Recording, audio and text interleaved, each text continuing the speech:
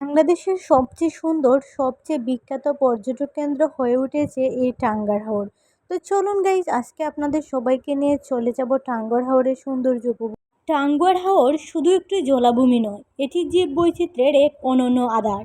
প্রকৃতির অপরূপ সৌন্দর্যে ভরপুর এই হাওর, এর স্বচ্ছ জলরাশি, সবুজে ঘেরা চারপাশ আর পাখির কলকলানি মনকে প্রশান্তিতে ভরিয়ে তোলে।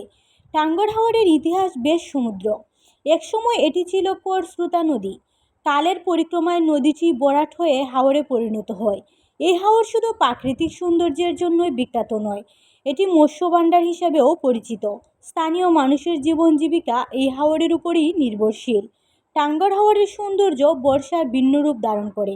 চারদিকে উত্ত জলরাশি আর মাঝে মাঝে জেগে থাকা হিজল খরচের বন এক মায়াবী পরিবেশ তৈরি করে। শীতে অতিথি পাখিদের কলতানে মুখরিত হয়ে ওঠে এই হাওর। আপনি যদি প্রকৃতিপ্রেমী হন, তাহলে টাঙ্গার হাওরের সৌন্দর্য আপনাকে মুগ্ধ করবে।